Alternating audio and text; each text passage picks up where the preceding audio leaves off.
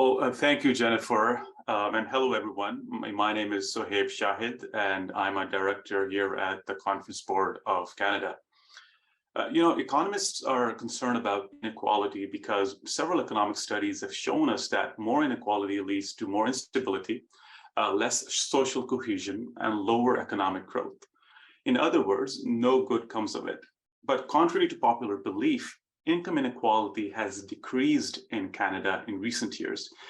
Access to education, health, our income tax system, and support by the government have all combined to reduce income inequality. In fact, soon after the pandemic hit, we saw a sharp drop in income inequality thanks to pandemic-related income support programs like the Canada Emergency Response Benefit, the CERB, which boosted after-tax incomes for low-income workers by more than their usual earnings. And up until last year, wealth inequality had also been declining in Canada, thanks in part to low interest rates. We do better than the United States when it comes to economic inequality, but we're really middle of the pack when compared to other developed countries, especially the Scandinavian countries. So there's quite a bit of room for improvement, especially when it comes to women, racialized communities, Indigenous and Northern communities, and other groups. But the path forward doesn't look too bright. Decades high inflation continues to hurt us. And this is because low-income Canadians, they spend a larger proportion of their total annual expenditure on shelter compared to high-income Canadians. They also spend a larger share of their spending on food when compared to high-income Canadians. Similarly, when energy prices go up, once again, it's the low-income households that are hit the hardest because they often live in homes that are not as energy efficient as the homes of the high income. So whichever way you slice it, it's the low-income Canadians that are bearing the brunt of higher prices. And yes, overall inflation is coming down, but food inflation is still going up. And remember that lower inflation doesn't mean lower prices. It simply means the speed with which prices are going up is decreasing.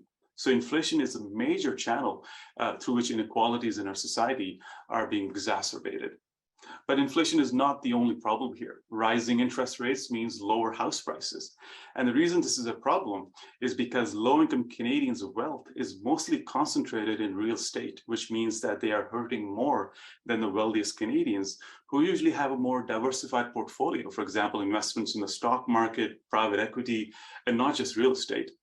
In fact, according to latest Statistics Canada data, the least wealthy saw their wealth drop more than double the rate of the wealthy in the second quarter of last year. And do you remember what happened right before the second quarter of last year? Well, interest rates started to go up, and interest rates will continue to go up. But the higher and faster they go up, the more the likelihood that we see an increase in the wealth gap.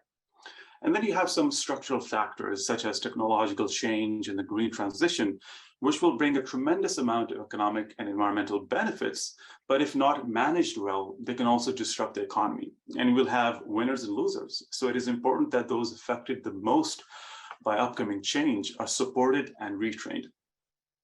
So what can policymakers do? Well, taxing wealth is not easy. I can see the rationale behind it, but it is not an easy thing to do. Wealth taxes are notoriously complex. They are hard to administer and can generate a lot of uncertainty. Many European countries, such as France, have tried and then abandoned wealth taxes in recent years, in part because they cause the ultra wealthy of the country to leave the country, taking their investments and businesses with them and leaving the people behind with fewer jobs and a higher tax load.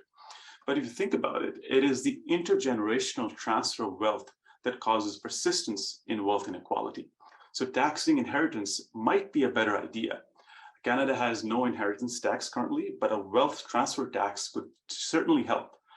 And apart from that, targeted policies, very well targeted policies that enhance the skills and education of our workforce can help reduce inequality and improve our near-term and long-term economic potential.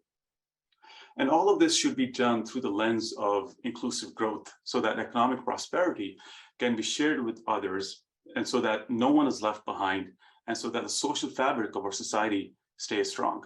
Thank you.